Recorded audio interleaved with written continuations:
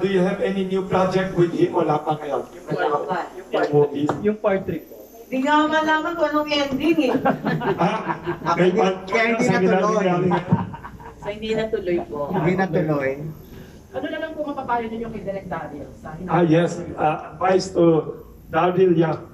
Any advice?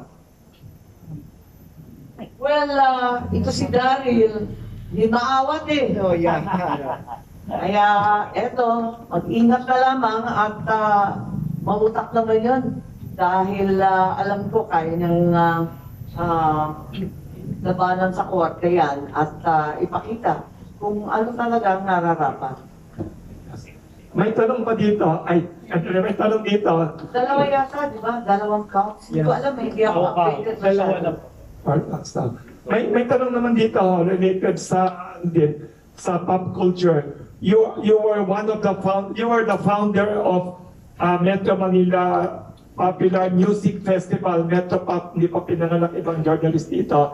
In 1978 daw, the first grand prize winner was Haji Alejandro for the song Kay Ganda ng Ating Musika.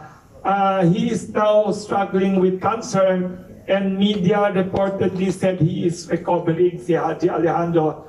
Do you have any recollections about him and a message for the singer and any suggestions on how to improve Filipino music as an industry or even as an export globally? Matagal ko na hindi nakikita si Haji, pero isa sa tinuturing nating idolo at napakagaling niya. Maliban pa doon, talaga nanindigan para sa amin yan, kaya mahal na mahal namin. Kaya mo yan! Kaya mo yan! Labanan mo yung cancer. At tuwan-tuwa ako na ako'y nakakarinig na umiigil na ang katawan niya at ito nga, mananatili sa ating kasaysayan ang kanyang kanta at boses. Ngayon, meron ako yung Young Creatives Challenge, meron akong contest, nasa 3rd season na yata, 2nd season. Yung season 2 na pala. At nung October 2024, may songwriting. So, pwede yung mga ating mga bagets na mahilig. Sumali pa rin ang ating mga elementary. Hanggang bata, gusto sumali eh. Sa songwriting, meron din mga animation, may game development, may script writing, may online content. Ang bawat isang sektor dito, makakakuha ng 1 million pesos ang taas ng price.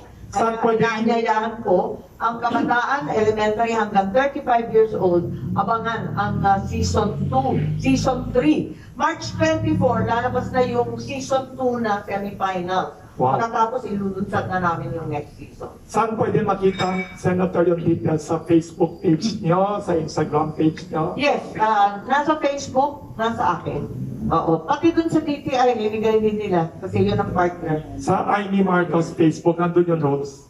Oo, that's right. Pati sa DTI nga, kasi kinakalat din nila yan.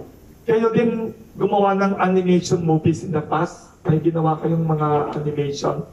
Kaya tinanong ko, kasi may nagsabi dito, right now daw in the Philippines and other countries daw, the biggest animated movie is from Asia, ginawa ng China, Neza 2. Do you think Philippine animation can replicate this success? Yes, we definitely have the talent, but unfortunately, we do not have the infrastructure or the financing. Pag gumawa ng Animation. napakamahal ng animation, tsaka long tail talaga ang animation.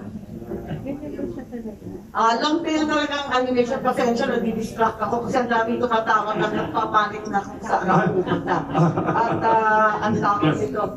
Yeah, yung animation, kailangan iniisip natin na 250 to 300 million people ang manonood. Wow. Kung para sa bansa lang natin, Yes. hindi kakayanin. So it needs to have universal appeal, a universal theme, something that's understood by many, many nations. Otherwise, it will fail to bring back the rewards required. It will not reap the financial benefit necessary to make it sustainable, to pay for its own expenses as well as for the future project. Yun ang problema kasi napaka-long tail niya. At maghihintay ka 6 to 8 years. Ganyan talaga gestation yan. Pagpalitan, hindi katulad ng sine. Ang haba-haba talaga magtitiisan kayo. Yes. Last